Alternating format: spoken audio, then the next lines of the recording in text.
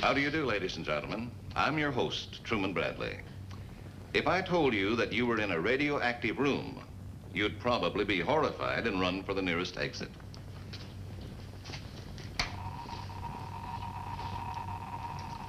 There's a minute quantity of radiation in the air around us, but actually there's nothing to be alarmed about. In small quantity, radiation is completely harmless. This is a carbon dating machine. The amount of radioactive carbon-14 substituted for natural carbon will tell us the true age of an object or fossil. Here's a piece of petrified wood from our great western desert. A fragment of this was inserted in this device. Now, let me turn on the machine and check the dials. The carbon dating machine tells me it is 30,000 years old. The skull bone of an ancient flying reptile. A tiny fragment of the bone is inside this container. This machine says this animal lived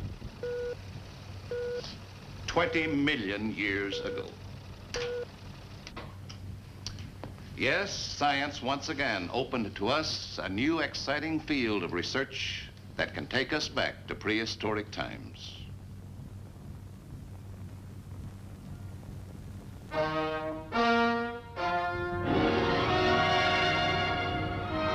This is the age of science. New inventions and discoveries upset yesterday's scientific principles constantly. The same thing happens to our hero, Joe Ferguson. He upsets his wife constantly by spending most of his time in his basement lab.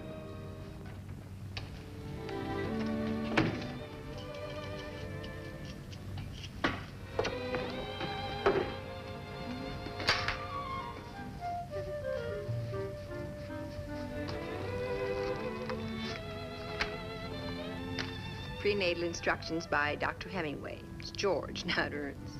Hi, darling, I'm home. Hi, Ellie. Be right up. Don't rush, I'll be right down. Hi. Hi, I thought I heard you upstairs. Who are you talking to? Myself? Better watch it. It's a bad sign. I know, it's like eating ice cream and pickles. It's a silly combination. Oh, I've really got something to crow about today. Maybe you think I haven't. What's this? Where'd they come from? I haven't the slightest idea. What are they? Prenatal instruction by Dr. George Hemingway, what the prospective father should know. Same author. Anyway, honey, I want you to look at this. I think what I've got to tell you, Joe, is more important. Couldn't possibly be. Wait till Frank sees what I've got. Frank, you with your rocks and he with his bugs. I got the most terrific buy today. Hey, look at this, will you? Another rock. Rock? Why, it's a rare specimen of axonite. It shows the presence of tungsten. Hey, what is it, dear? Oh, Joe, why don't you grow up? You're so wrapped up in your work, you don't even know that I'm alive. That's not true, Ellie. You know it. I come home, and where do I find you? Down here. You spend all day long in a laboratory, and then you come home and bury yourself in another one. I have the most important news in the whole world to tell you. And what do you gloat over? A rock that you spend $20 for that you can't even afford. What's come over you? You've never talked this way before. Oh, I know I haven't, Joe, but maybe I never had a reason to. I wanted to be so right when I told you. The right time, the right mood. You had to go and spoil everything. I'm sorry, dear. What is it? We're gonna have a baby. Baby. See, that's wonderful.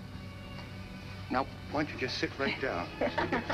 Now, take it easy, calm yourself, and don't get yourself excited, please. Oh, you make me so happy and proud of my little wife. Joe, it's more than just being happy and proud. It's responsibility spelled M-O-N-E-Y. What? I'm working. I've got a good job. Do you realize how deeply we are in debt? Do you know what the last 3 years of our marriage has been like? I thought they were pretty wonderful. They were, but every time I'd figure a way to balance the budget, you'd find a new specimen or an instrument to buy. But it's part of my work.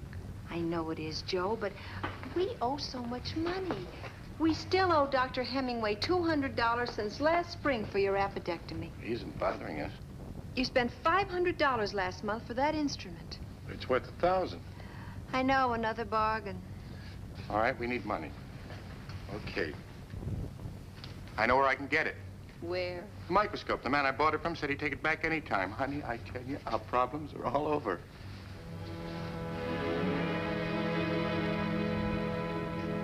This is the finest microscope of its type. I never had a better one. And I can assure you, mister, you couldn't find a better one. I know. Why don't you put a little aside every week? Huh? I'm a reasonable man. I won't rush you. But in a short time, you will own it. Own it? But I already own it. You just sold it to me last month. I did? Well, don't you remember? What's it doing here? I just brought it in. I want to sell it back to you. That's a different matter, isn't it? You will take it back. You said you would. Is it any good? Is it any good? Why, it's the finest microscope of its kind. I paid you $500. I'll give you $450. You got a deal. I'll get the money. Where did I put that cash?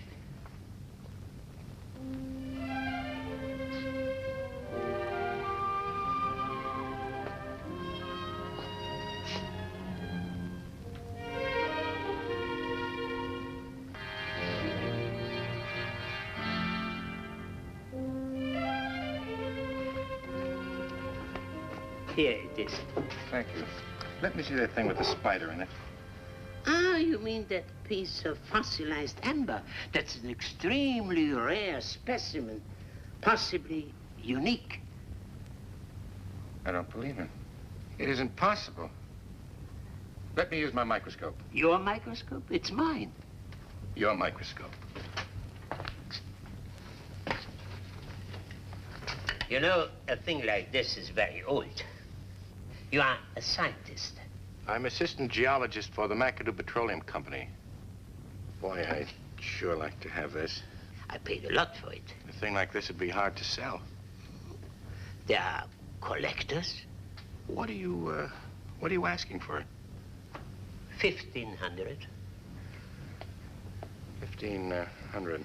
That's what I said. No, wait, just a minute, please. I must borrow it from you. I want to try something that I don't believe has ever been tried before. I tell you what I'll do. Here's the $450. You can keep that as deposit. Just tell me frankly, why do you want this? The past is in here, Mr. Rogers. A story possibly 50 million years old may open up an entire new world for us. A world of the greatest importance. What about it, Frank? It's terrific, Joe. The most perfect specimen I've ever seen. And the spider? It's one of the Lycosidae. I believe I can say it is a Lycosa. What's called a wolf spider. How old would that make it? It's hard to tell. Could be 100 million years old. Oh, that's great. Or only a year old. You're talking about only a year old. Well, there have been fakes put on the market for unknowing collectors, you know. But I thought the identification of the spider would give us a clue to its age. After all, you're the professor of biology. I'm not. Well, spiders haven't evolved very much, Joe. They're among the world's oldest living creatures, and yet they remain substantially the same as they were millions of years ago. So what about the amber? That's your department. The only thing I can do here with my limited equipment is to determine that it isn't a modern plastic. Now, you hold this while I hold my breath. I'm going to try to chip off a small piece from the side. Don't you think you ought to hire a Dutch diamond cutter? If I miss, I own the pieces.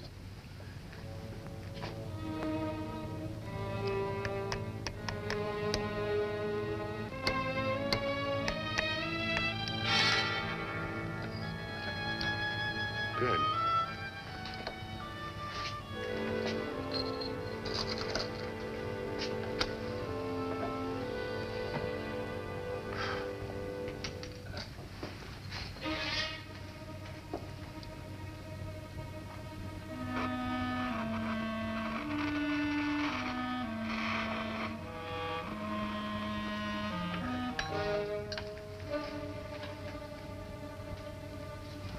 do you make of it? It's definitely rosin. Not a modern plastic. That still doesn't dispose of all the other objections. It could be hardened gum copal. Yeah, but the only way we can prove its age is by the carbon dating process. And that requires equipment you just ain't got. Yeah. Say, will you tell me what this is all about? Well, you know the firm that I'm with is one of the companies subsidized by the government to create synthetic petroleum.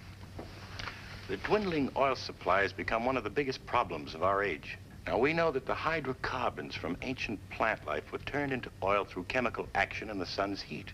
A process that took millions of years. That's our problem. Now, if we can repeat in the laboratory what it took nature millions of years to do, we've got it beat. But what do you expect to get out of this piece of amber? It's my hope that this will prove to be a pocket-sized laboratory. That little old boy in here should give us an eyewitness account of just how Mother Nature went about transforming organic and mineral matter into crude oil. See, there's a little bubble in here. And you think that's oil? Now, if it is... That's very interesting. What is it? Uh-oh. Well, it's a specimen. I never saw it before. I just got it. How much? Well, $15? 1,500. For a rock? Oh, no, Joe, not now. No, please let me explain, will you, dear? I heard your lecture. I'm not interested in Mother Nature. I'm interested in Mother Ferguson. That's me. I don't want to give birth in a charity ward. This may be the most important thing of my career. I'm doing it for you. Don't you realize you've married a scientist? All I wanted was a husband.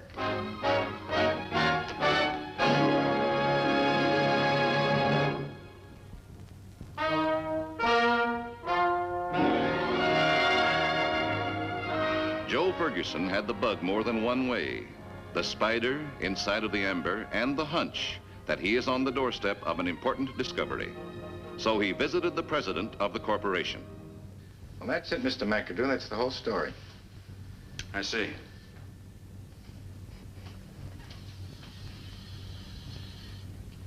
Joe, how long have you been with McAdoo Petroleum? About 7 years. Did we treat you well? Yes, sir? Do I pay you well? Yes, sir. Now, what's your specific assignment, Joe? I analyze oil samples. And what's Dr. Mortimer's assignment? He's in charge of research. On synthetic petroleum. I've given him the best equipment money can buy. I know, sir. Now, how many times have you had the occasion to see me in this office? About 5 times. Mm-hmm. And what motivated all those visits? Well, I wanted to present you ideas. Correct, your ideas. Yes, sir. And I backed those ideas, didn't I? That's right. And did any of them ever turn out? No, sir.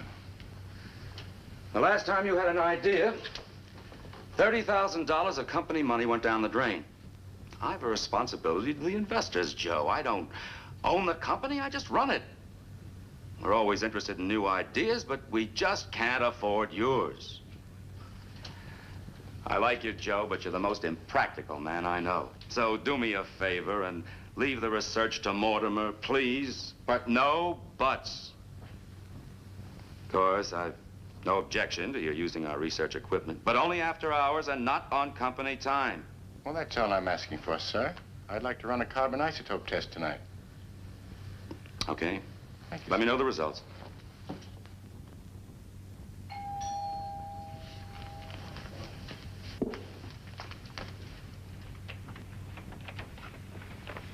Mrs. Ferguson, Yes? I don't suppose your husband is in. No, he's at work. I didn't have his business address. My name is Rogers. I own an optical supply store on South Walnut Street. Oh, you're the gentleman that sold in the microscope. Won't you come in? Thank you. I want to give him his money back. I have it here somewhere. His money, I don't understand. He gave me a deposit on a piece of amber. Oh, you sold him that. He wanted it so badly. My husband has a weakness for buying things. I see. You don't approve of this purchase. Good. Maybe that we influence him to give it up. You're willing to take it back? Willing? I'm anxious to have it back. Oh, Mr. Rogers, won't you sit down? Thank you. You know, with Joe, probably I would have to wait 6 months for my money. It so happens that a wealthy collector just came to town from San Francisco. I told him about the piece, and he wants it. There must be a shortage of spiders. I believe it's down in the laboratory. We're going to have a lot of added responsibilities soon. In a nice young couple like you, that could mean only one thing. I hope your baby grows up to be proud of his father. I'll go down in the basement and get it. Basements fascinate me. That's where Edison started. You have heard of him, didn't you? Yes. Come with me. Your husband believes there must be something very special about that spider. It's too bad What's too bad? that small home responsibilities should stand in the way of his work. Do you call having a baby a small responsibility? Babies get born some way. Believe me, I have 3 children, grown up now, of course. They all arrived at times when I was out of work. Oh, you must have had some money. The finance companies had the money. I had the responsibilities. I wonder what that can be. One of my sons wanted to be a chemical engineer. He never got the opportunity. There. You see how important money is? He lost his life in a war. Oh, I'm sorry. Ah. There. Oh, he's still in there. Hasn't moved a leg. Now, I hope I remember how much it was. I'm a little bit absent-minded. Do you remember how much the balance was? That I remember. $1,000. It's a lot. Huh? You know, I'm a gambler, and I'm willing to bet Joe, with all this fine equipment, knows what he is doing. Here. Mr. Rogers, before you go, how would you like to gamble on a piece of my homemade cake? Oh, that's a sure thing. How could I miss? Would you like another piece, Mr. Malloy? Thank you.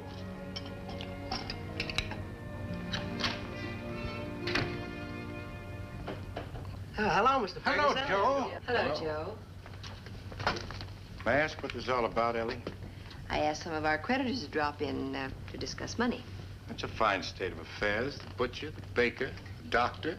Where's the candlestick maker? We won't need him. Don't worry, fellas. I'll pay you as soon as I can. Hello, Joe. Now, what's he doing here? Won't you join us? Will somebody please tell me what this party's all about before I go nuts? I've got a lot of work to do tonight. What kind of work, Joe? I'm going to analyze the amber. The amber. Roger. Here it is. Safe and sound. Mr. Rogers did have a customer for it. Customer, but it's mine. I paid him a deposit for it. Now, look, Rogers, you can't do this to me. Why not? I've faith in you. We all chipped in. We're going to finance your experiment. We figure you owe us so much, a little more won't kill us. I don't get it. We formed a company, Spider Incorporated. And I am the biggest stockholder. 450 shares. Hey, I don't know what to say. All of a sudden, I feel a little scared. We all have faith in you, Joe. Just took me a little longer. What about the baby? Oh, babies have a way of getting born, don't they, Mr. Rogers? They don't need money, they need love. I don't know how to thank you, but I don't want you to build up your hopes too high. This is still a long shot. It's only a hunch, and nothing may come of it. We're all willing to take that chance, Joe. Well, then, in that case, how about coming down to the plant with me tonight and watching me? We wouldn't miss it, Joe.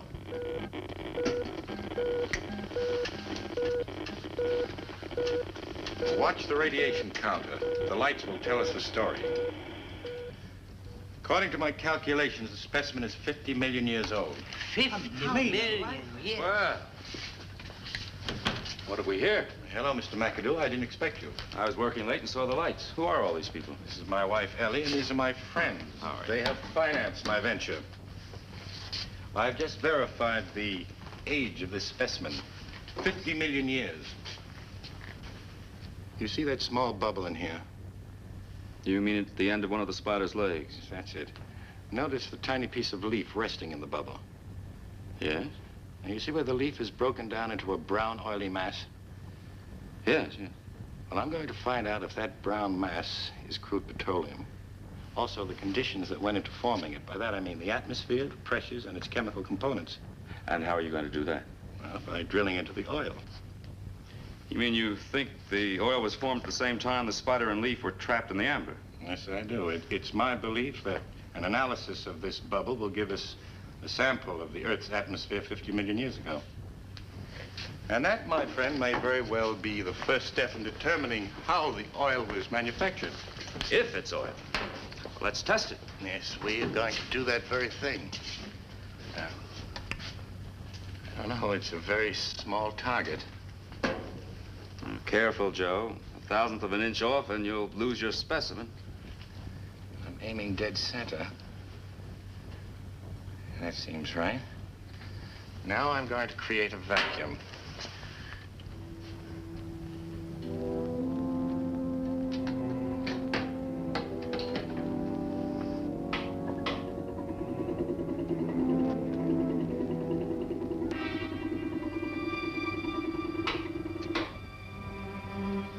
Now for the first answer. We'll analyze the spectrum of the air in that bubble.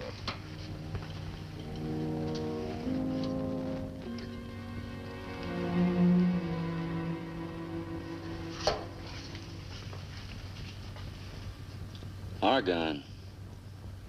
Those lines in the orange band. Krypton, nitrogen, helium, oxygen, and carbon dioxide. That was the composition of the air at the time the amber was formed. And now we'll analyze the oily mass.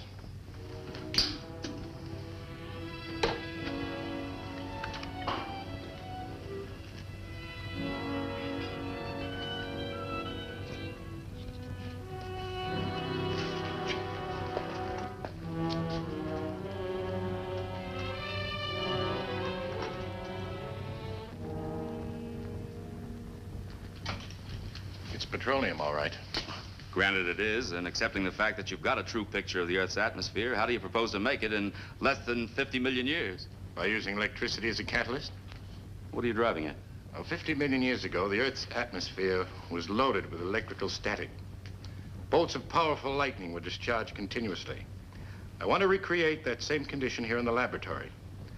Now, I will place animal and plant tissue on this slide, and then use the very same gases we found in the bubble.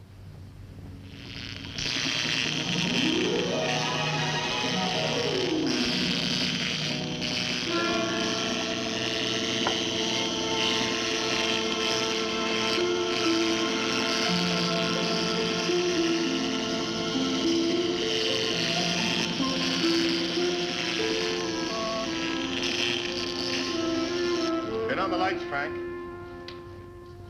Now I'll examine the slide.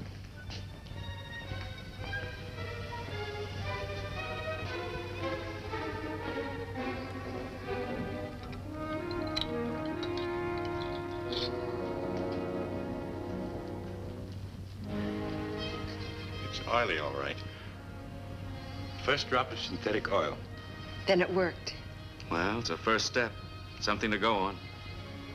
I was wrong about you, Joe. So was I. From now on, the oil companies will back you. You can buy anything you want to. What about us? Spiders Incorporated. Don't worry, you'll make a profit. Your faith may be responsible for the birth of a new industry. What Mr. McAdoo says is right. You've all been wonderful friends. When I'm happy, I want to kiss my wife. When I kiss her, I'm happy. It's a vicious cycle. It should happen to me.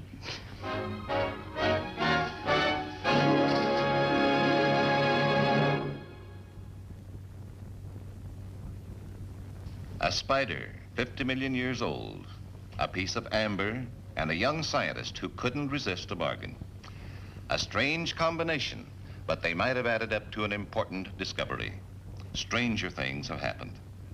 After all, it is said that the law of gravitation was discovered because an apple fell off a tree. Of course, what we've shown you was fiction, but often fiction and truth run a very close parallel. I'll be back in just a moment.